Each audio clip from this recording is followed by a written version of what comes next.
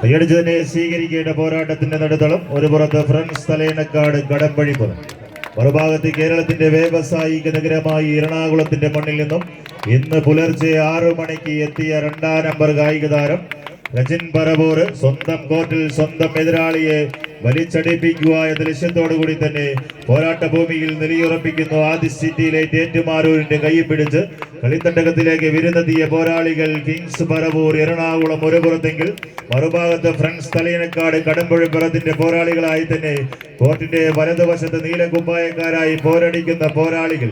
വിജയിച്ചാൽ ജി ഗ്രൂപ്പിന്റെ ചാമ്പ്യൻ പട്ടം, പരാജയപ്പെട്ടാൽ വീണ്ടും ബ്ലൂ സ്റ്റോൺ തെങ്കരിയുമായി മാറ്റൊരുക്കാൻ അവസരം തേടുന്ന ഒരു പോരാട്ടത്തിന്റെ നടുത്തളം സമ്മാനിക്കുന്ന 14 ചാമ്പ്യൻ പോരാളികൾ. കൈയടിച്ച് മാത്രം സ്വീകരിക്കേണ്ട പടക്കളത്തിൽ പാലക്കുഴിയുടെ ഫെസ്റ്റുമായി അഖില കേരള വടംവലി മത്സരത്തിന്റെ 2ാമത് പോരാട്ടത്തിലേക്ക് വിരുന്നെത്തിയ എറണാകുളത്തിന്റെ ചാമ്പ്യൻ പോരാളികൾ കിങ്സ് പറവൂർ എറണാകുളം. കൈയടിച്ച് തന്നെ സ്വീകരിക്കേണ്ട പടക്കളത്തിന്റെ അവസാന വരിയിലേക്ക് എതിരാളിയെ വീണ്ടും വലിച്ചടിപ്പിക്കുവാൻ രജിൻ പറവൂരും കൂട്ടരും ആവേശത്തിന്റെ തീരത്തേക്ക് അവസാന 10 അടിയിലേക്ക് വിസിൽനാദത്തിന് കാതോർത്തുകൊണ്ട്